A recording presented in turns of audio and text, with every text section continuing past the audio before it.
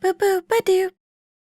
After taking a look at the 22 by 22 world record Rubik's Cube, a lot of you asked me to take a look at the 17 by 17 record world solve. So I've got it right here. We're going to take a look at it. Let's see how it goes. I'm so excited. Thank you for this recommendation. What's up YouTube? My name's Kenneth. Today I'm going to solve the 17 by 17 by 17 world record largest Rubik's Cube type puzzle, the over-the-top cube by Oscar Van Deventer. Now I'm going to do a time-lapse video of it, and that's what you're going to watch right now. First I'm going to scramble it, then I'm going to solve it.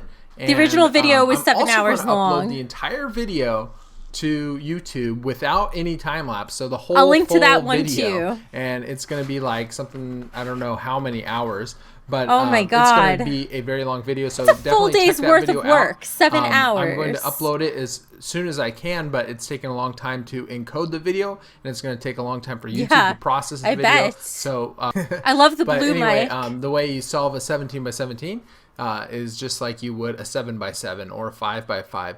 If you can solve one of those are still too hard for me. Isn't that hard, but it is very, very tedious. That's gotta hurt your wrists. The way I'm solving it is using the reduction method, and basically you reduce the cube into a 3 by 3, and then you solve the 3 by 3. So first I'm reducing the centers so that makes so much sense. Every center is fully solved, and then I reduce the edges so the edge pieces are all solved, and then it's like a big Rubik's Cube with huge centers, long skinny edges, and tiny corners, although the corners are pretty big compared to the other pieces. But using the reduction method, it took me 5 days to solve this puzzle. And, 5 days? The first day I solved the red center. The second day I solved the orange center. The opposite side of red is orange. Hurts just hearing it. I did the white center on that day. The third day I did the green center. The fourth day I did the last two centers, the blue and yellow ones, and that probably was the longest step I took, was doing those two centers. And then the final day I solved the first 8 edges, and then I took a break and came back and I solved the last 4 edges, and then finally I solved the puzzle like a giant 3 by 3. And mostly I solved look at the progress he's making. But except for the last day I solved it. Look at that one side. Look at that. By far the hardest part with solving a 17 by 17 is to like find the piece you're looking for. And so it's not really that it's hard to find. Oh, it looks like a really cool mosaic though. Pieces like near the center of the puzzle. From the way he explained it, I thought it would look different. Them for ones right next to it.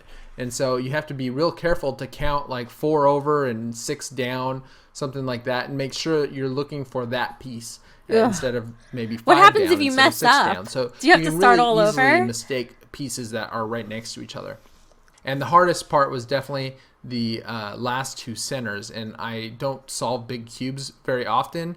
And when I learned how to solve reduction method, I read an overview on how to do it, and then look at it coming together. Figured it out. And so I don't know if I'm solving the last 2 centers very efficiently, but basically I'm just using commutators to put the pieces where they belong, and so it's very inefficient, and so it just took a very long time to do those last 2 centers, which I'm doing right here. I love how he's worried about scratching the table. If you guys enjoy the video, at the very end I'll play the last couple moves in real time, and then you'll hear the audio of me actually finishing the puzzle, and you can hear my excitement. So enjoy. Oh, music. Yes, this is perfect. I love how the centers look. Now, I thought when he said he was going to do it in 3 by 3 cubes, that it was going to be on the edges too. But no, I guess he did say long, skinny edges. This is not how I expected it to look as he solves it. It looks like there's a little face in there, like the little face on a Mac. If any of you remember that. This, I mean, it looks like a work of art. And look at his clock in the background. You can literally see how long it's taking him. This is 6 hours in. Can you imagine? Oh my, like my wrists hurt even looking at this. This is insane. If he didn't have carpal tunnel, he's probably got it now. Oh, he's taking pictures. He was tweeting. That's so cute. I wonder if you tweet at Rubik's Cube if you would get blocked. But who says I have to save puns all the way to the end? Oh my God, look at it. Look at this. Last Oh, he move. must feel so good.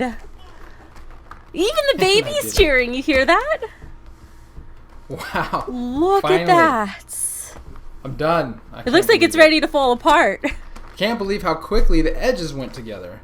That's After incredible. Spending so many hours on the centers, the edges were actually pretty quick. So I'm really happy with how quickly the edges went in.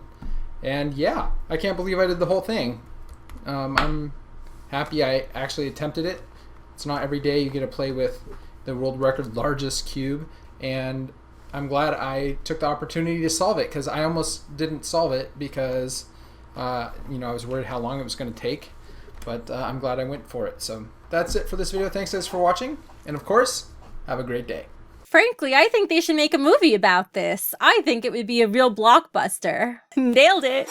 You should watch this video too right now. Today we are going to take a look at a 22 by 22 Rubik's Cube world record.